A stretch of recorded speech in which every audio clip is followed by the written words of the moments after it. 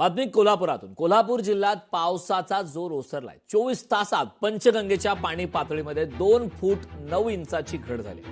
पंचगंगा नदीची पाणी पातळी 35 फूट 4 इंचांवर पोहोचले। पाण्याखाली गेलेल्या बंधाऱ्यावरून पाणी ओसरायला सुरुवात झाली। अद्याप 42 बंधारे पाण्याखाली गेल्यामुळे वाहतूक विस्कळीत झाली। पर्यायी मार्गाने वाहतूक सुरू आहे।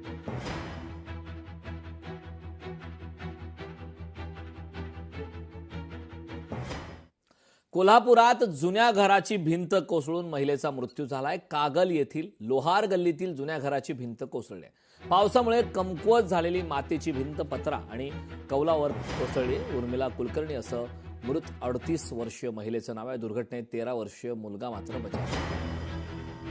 कोल्हापुरातल्या आपण दृश्य पाहतोय। जुन्या घराची भिंत कोसळून एका महिलेचा दुर्दैवीपणे मृत्यू झालाय।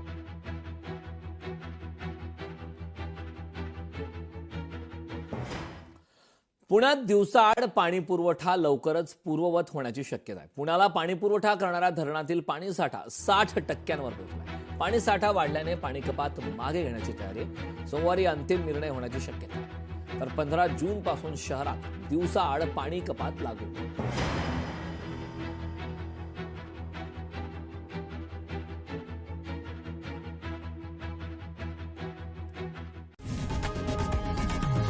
लोकशाही मराठी ऐका, पहा, जागरूक रहा।